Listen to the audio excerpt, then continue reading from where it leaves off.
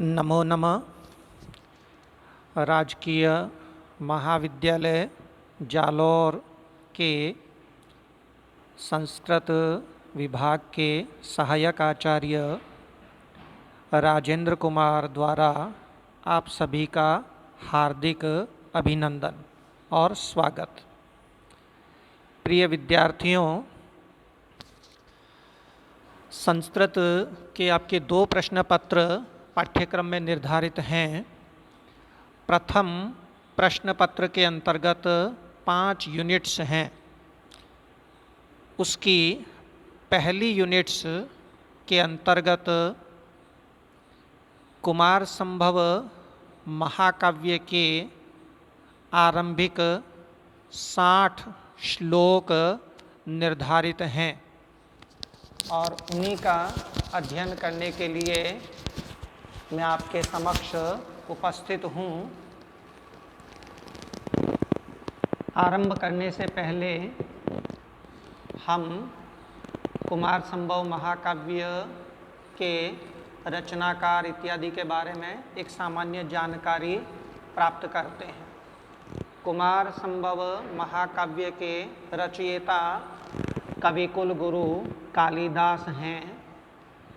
इनका समय बहुत विवादास्पद है, तथापि सामान्य तौर पर यह स्वीकार किया जाता है कि ये विक्रमादित्य के 9 रत्नों में से एक थे और विक्रम संवत के आरंभ में इनका स्थिति काल था।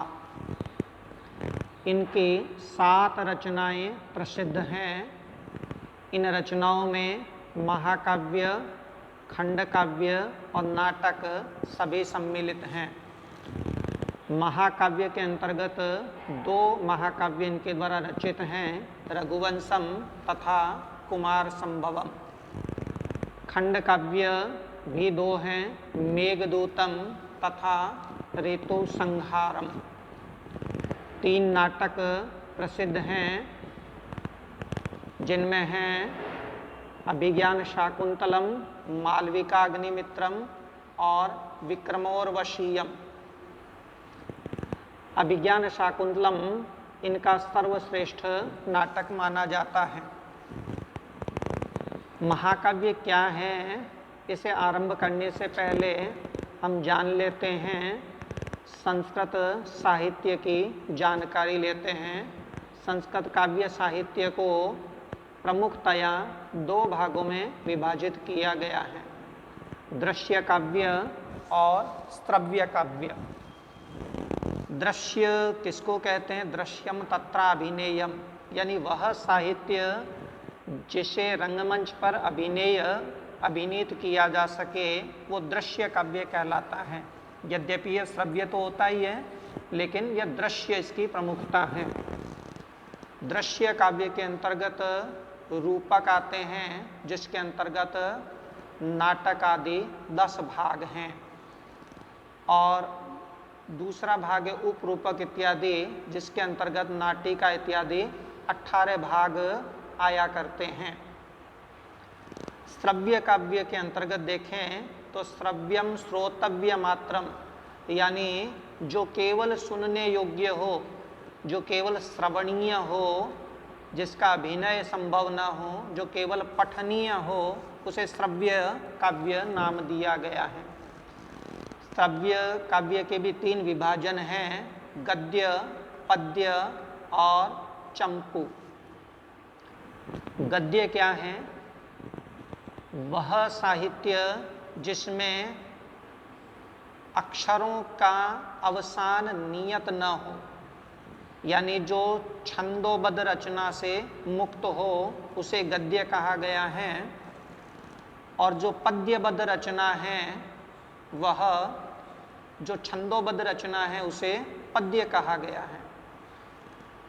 और ऐसा काव्य जिसमें गद्य पद्य दोनों का सम्मिश्रण हो, उसे चंपू कहा जाता है। गद्य काव्य के 2 भाग हैं, कथा और आख्यायिका। पद्य के अंतर्गत 3 हिस्से हैं, महाकाव्य, खंड काव्य और मुक्तक काव्य। मुक्तक काव्य वह काव्य है जिसका एक एक श्लोक आगे पीछे के प्रसंग से मुक्त होता है और अपने आप में पूर्ण रसानुभूति कराने में समर्थ होता है। खंड काव्य वह काव्य है जो महाकाव्य का ही एक भाग हुआ करता है, एक देश का अनुसरण करने वाला होता है। महाकाव्य जितना विस्तृत नहीं होता है, जीवन का सर्वांगीण पक्ष उसमें नहीं आता। अब महाकाव्य, तो महाकाव्य का एक सामान्य लक्षण आचार्य विश्वनाथ ने जो दिया है उस पर विचार करते हैं कि महाकाव्य क्या हो सकता है। सर्गबद्धो महाकाव्यम, महाकाव्य वह है जो सर्गों में निबद्ध हो, जिसकी कथा वस्तु सर्गों में बांट दी गई हो। और सर्गों के बारे में भी है, नाति स्वल्पा नाति दीर्घा सर्गा अष्टाधिका इह। कम से कम महाकाव्य में 8 सर्ग तो होने ही चाहिए, 8 से ज़्यादा सर्ग हों तो महाकाव्य की श्रेणी में आ पाएगा। और जो भी सर्ग हैं वे नाति स्वल्पा नाति दीर्घा, न तो बहुत छोटे हों जिसमें पद्य 2-4 पद्य हों, ऐसी स्थिति भी ना हो, और बहुत विशाल भी नहीं हो जिसमें 400-400 500 पद्य आते हों, ऐसी स्थिति भी नहीं होनी चाहिए। महाकाव्य के सर्ग के पश्चात तत्र एको नायक सुर, अब उसमें एक नायक होता है, वह सुर देवता हो सकता है, अच्छे वंश का क्षत्रिय भी हो सकता है, और एक ही वंश में उत्पन्न अनेक कुशल राजा भी इसके नायक हो सकते हैं। लेकिन जो भी नायक हो वह धीरोदात्त गुणों से युक्त होना चाहिए। महाकाव्य का नायक के उपरांत जो उसकी कथा वस्तु है उस पर विचार करते हैं। इतिहासोद्भवम वृत्तम, वृत्त यानी कथानक जो हैं वो ऐतिहासिक होना चाहिए या किसी सज्जन पर आधारित हो, अन्यद्वा सज्जनाश्रयम। महाकाव्य के रस के बारे में बताया गया है कि श्रृंगार वीर शांतानाम एको अंगिरस इष्यते, श्रृंगार वीर शांतानाम एको अंगिरस इष्यते, यानी जो हम 8 या 9 सर्ग 8 या 9 रस मानते हैं आनंद की अनुभूति के लिए, महाकाव्य का मुख्य रस अंगिरस यानी मुख्य रस या तो श्रृंगार हो सकता है या वीर हो सकता है या शांत हो सकता है। बाकी अन्य रस भी अंगानि सर्वेपि रसा, बाकी अन्य रस भी अंग रूप में हुआ करते हैं, गौण रूप में हुआ करते हैं।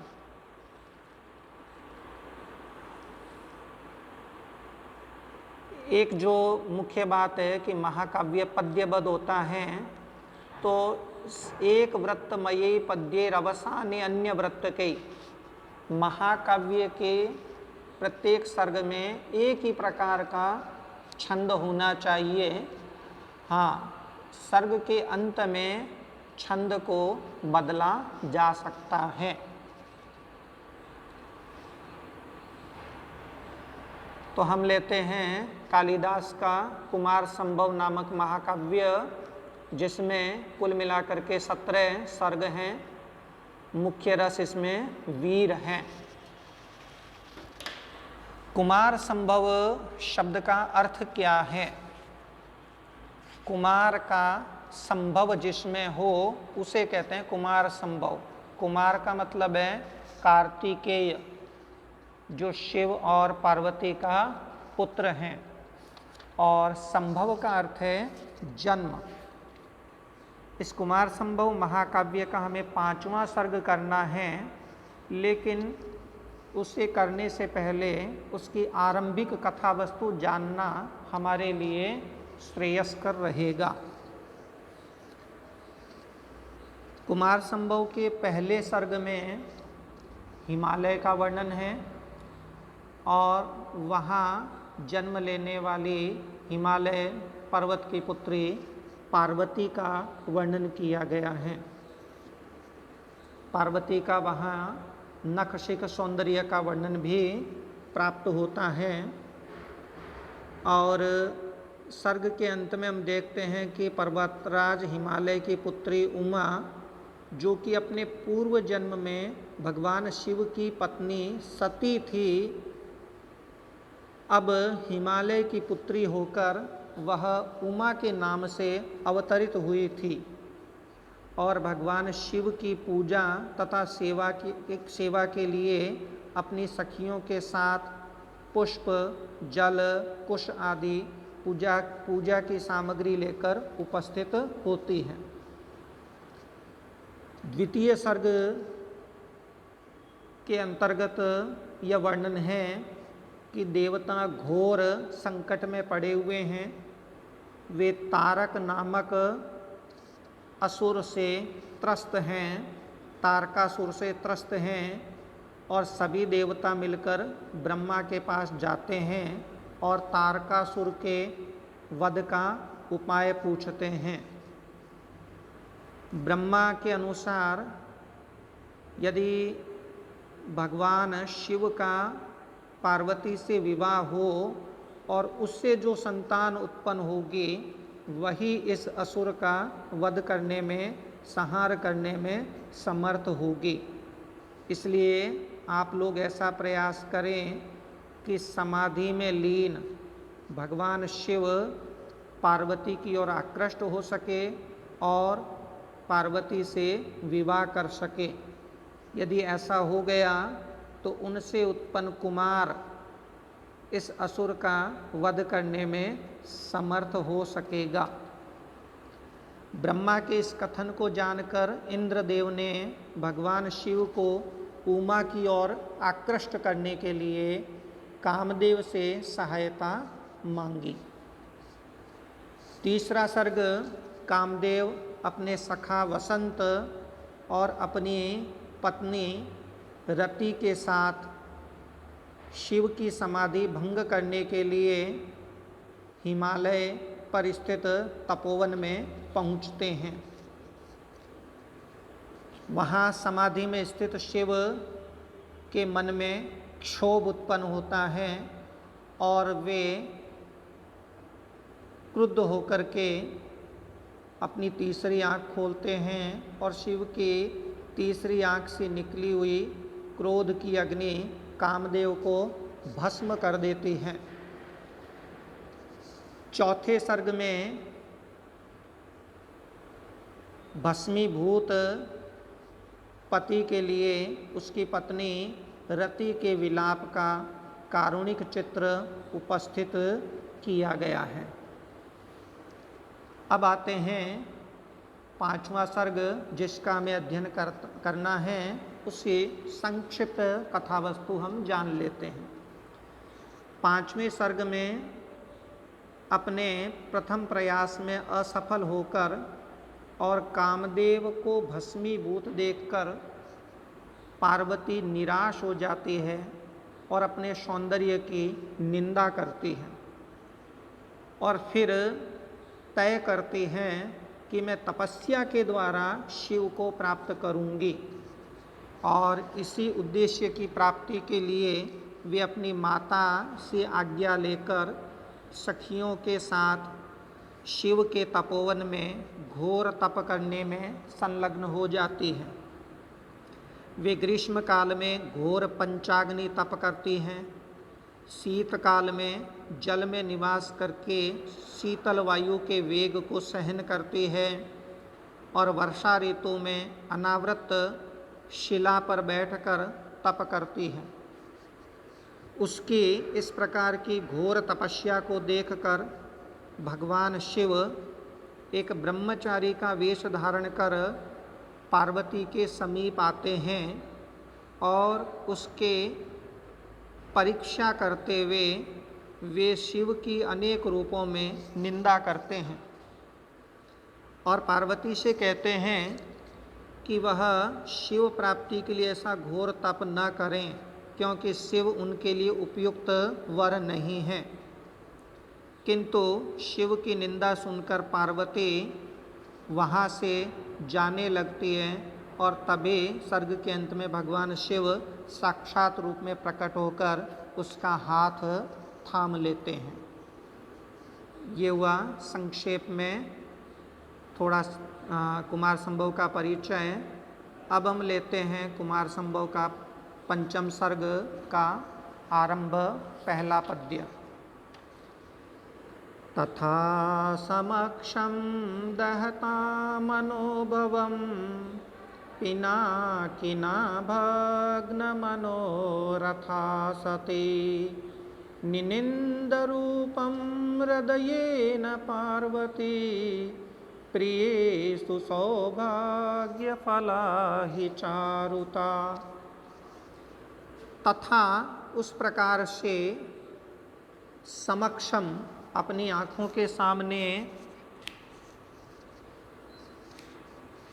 मनोभवम दहता कामदेव का दहन करते हुए पिनाकिना पिनाक नामक धनुष को धारण करने वाले शिव के द्वारा भग्न मनोरथा सती, भग्न मनोरथा खंडित अभिलाषा वाली हो सती होकर पार्वती, पर्वत की पुत्री पार्वती उमा हृदयेन अपने मन से रूपम निनिंद, अपने ही रूप के, अपने ही सौंदर्य की निनिंद निंदा करने लगी, अपने सौंदर्य को कोसने लगी। प्रियेषु सौभाग्य फला ही चारुता, ही क्योंकि चारुता सुंदरता, सौंदर्य, रूप, तो सुंदरता वही है। सुंदरता क्या है? सुंदरता है प्रियेषु सौभाग्य फला, प्रियेषु अपने प्रियजनों के विषय में सौभाग्य फला, सौभाग्य रूपी फल देने वाली होती हैं। सौभाग्य कहते हैं प्रिय प्रेम की प्राप्ति। तो चारुता सुंदरता वह है, सुंदरता प्रियेषु प्रियजनों के विषय में सौभाग्य फला, प्रिय प्रेम का फल देने वाली होती हैं। इस पद्य में प्रत्येक चरण में 12-12 वर्ण होने से वंशस्थ छंद है, जिसका लक्षण है जतौ तु वंशस्थ मुदीरितम जरौ। प्रियेषु सौभाग्य फला ही चारुता, इस कथन के द्वारा पूर्वोक्त कथन का समर्थन किया गया है, इसलिए अर्थांतन्यास अलंकार है और यह कथन एक सूक्ति के रूप में भी प्रचलित है, प्रियेषु सौभाग्य फला ही चारुता। अस्तु, नमो नमः। इससे आगे के पद्य लेकर कल फिर उपस्थित होंगे, तब तक के लिए धन्यवाद।